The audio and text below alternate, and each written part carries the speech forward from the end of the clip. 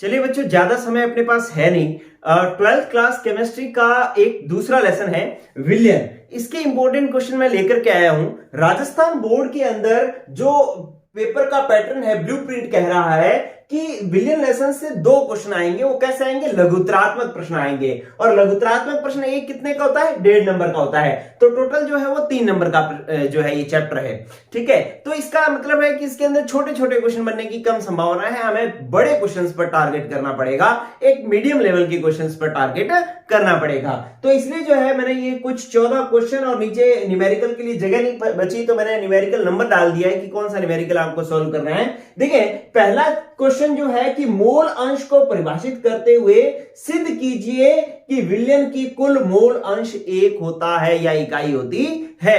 ठीक है, तो ये जो है ये पहला क्वेश्चन हो गया। दूसरा क्वेश्चन है कि 35% एथिलीन ग्लाइकोल के जलीय विलयन का उपयोग ध्रुवीय प्रदेशों में कार रेडिएटर में किया जाता है, क्यों? ये क्वेश्चन है। फिर तीसरा क्वेश्चन है हेनरी का नियम लिखते हुए इसकी सीमाएं लिखो, इसकी कमियां लिखो। चौथा क्वेश्चन है निम्न पर टिप्पणी लिखो, एक तो बैंड रोग और एक एनॉक्सिया रोग। पांचवा जो इंपॉर्टेंट क्वेश्चन है वो है राउल्ट के नियम को परिभाषित कीजिए। देखो, राउल्ट के नियम को जब अपने परिभाषित करेंगे ना तो कई प्रकार का होगा। एक सिंपल परिभाषा होगी और एक कई बार वो कह देगा कि किसी वाष्पशील विलायक में अवाष्पशील विलय मिलाने पर बने विलयन के लिए राउल्ट का नियम लिखिए। तो उसके लिए राउल्ट का नियम अलग होगा, थोड़ा सा अंतर आएगा। तो ध्यान रखना कि क्वेश्चन क्या पूछ रहा है, उसके हिसाब से ही हमें राउल्ट का नियम लिखना है।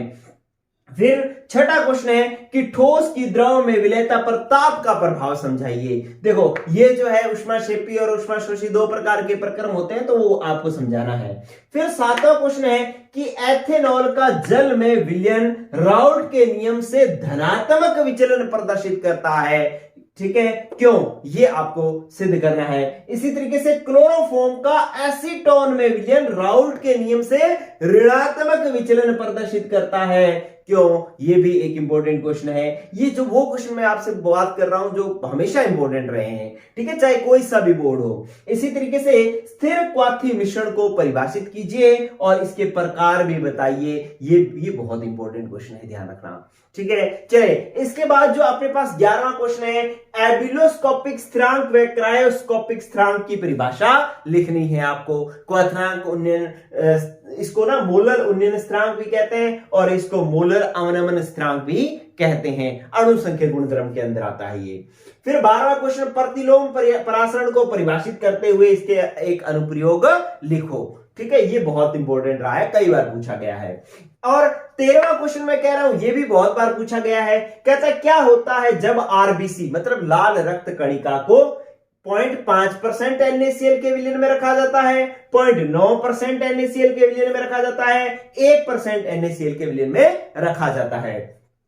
फिर 14वां क्वेश्चन है लास्ट की वांट हाफ गुणांक को परिभाषित करते हुए निम्न विलयनों के आयोटा मतलब वांट हाफ गुणांक के मान के बढ़ते क्रम में लिखना है निम्न विलयनों को, जिसमें 0.2 m NaCl है, 0.1 m BaCl2 है, 0.2 m AlCl3 है।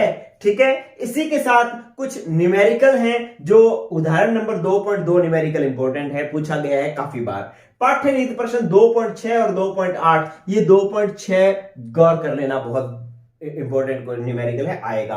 अभ्यास प्रश्न 2.9, ये भी अच्छे से तैयार कर लेना, आसान सा न्यूमेरिकल है।